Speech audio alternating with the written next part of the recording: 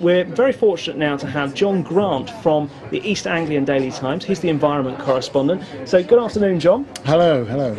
Just tell us a bit about, you've been looking around some of the vistas that you've seen around here. What have you made of it today? Well, I've naturally known Abberton Reservoir since 1974, and I can honestly say it's blossomed into a far more welcoming, much more in terms of biodiversity, has been enhanced immensely. In 1974 there was an old football stadium turnstile that you had to clamber through, and it was anything but welcoming. These days we've got the wonderful Essex Wildlife Trust's visitor centre, and we've got immense improvements in wildlife habitat. So and to see it today in all its glory, with Sir David at the sort of pinnacle of it, is absolutely marvellous. It's been a great day. I've thoroughly enjoyed it. Now, the East Anglian Daily Times, of course, have the environment supplement that comes out. Yes. Just tell us a bit about some of the work that you do at the East Anglian Daily Times.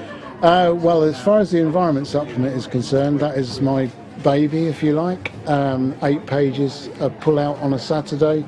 It covers all of Suffolk and a fair bit of northeast Essex. So I cover environmental issues in that geographic zone, and I have to say, with Essex and Suffolk being what they are in terms of wildlife habitat and biodiversity, there's never a shortage of material. There's so much really good conservation work carrying on in those two areas. Yeah. And of course, in terms of your features that you're writing for the East Anglian Daily Times, you've spoken to Sir David today, so you'll be carrying some sort of interview? Oh, absolutely. Yes, yeah, there's 2 pages in the East Anglian Daily Times, the main body of the paper, tomorrow. That's been allotted, and I'll feature the newsier elements of today with the comments that Sir David has made and will make. And some comments from various other people concerned. On Saturday it'll be more of a considered look back over the years of Abberton and its progress from the early days, and a little bit more of a natural history slant on the matter. Yeah. And birds, have you spotted anything that you really like? Yeah, well, one great thing was, it was a lovely little cameo, if you like.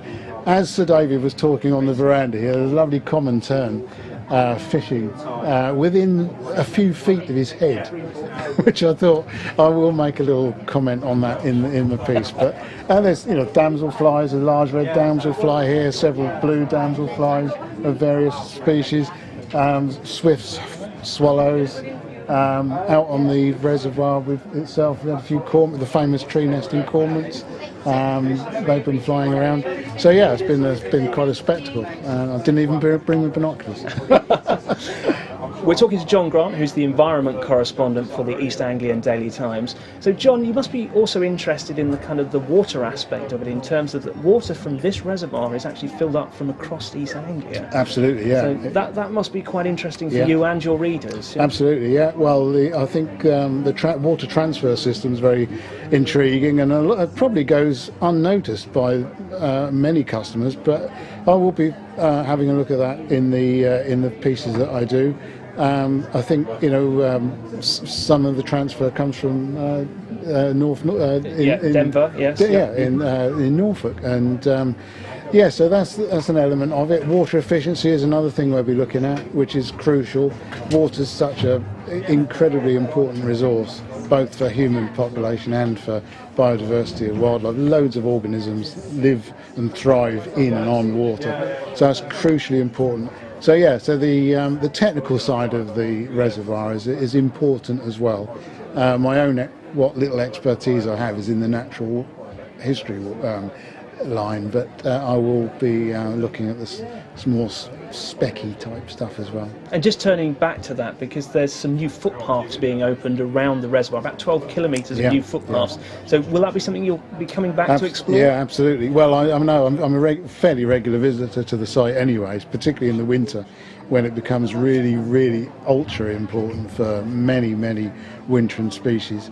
But yeah, the public accessibility has improved immensely. As I said before, the clambering through that old green turnstile, it was just like going into a football stadium, was it was a symbolic sort of barrier.